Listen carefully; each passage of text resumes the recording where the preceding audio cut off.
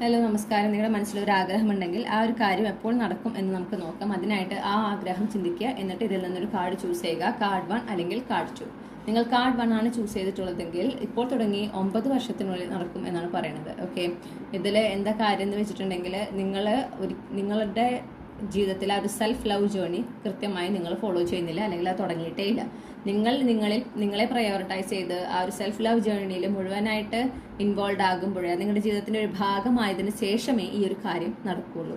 അപ്പോൾ അതിനായിട്ട് അതുകൊണ്ടാണ് ഈ ഒരു ഡിലേ. അപ്പോൾ ഈ ഒരു സമയം മൊത്തം നിങ്ങൾ എന്ത് വേണം, നിങ്ങളെ പ്രയോറിറ്റൈസ് ചെയ്യാനും നിങ്ങളുടെ ശരിയായ ആഗ്രഹങ്ങൾ, നിങ്ങളുടെ ആവശ്യങ്ങൾക്ക് കൃത്യമായി മനസ്സിലാക്കാനും അതനുസരിച്ച് അത് മുന്നോട്ട് പോകുന്നതിന് വേണ്ടി ഉപയോഗിക്കാനായിട്ട് യൂണിവേഴ്സ് പറയുന്നു.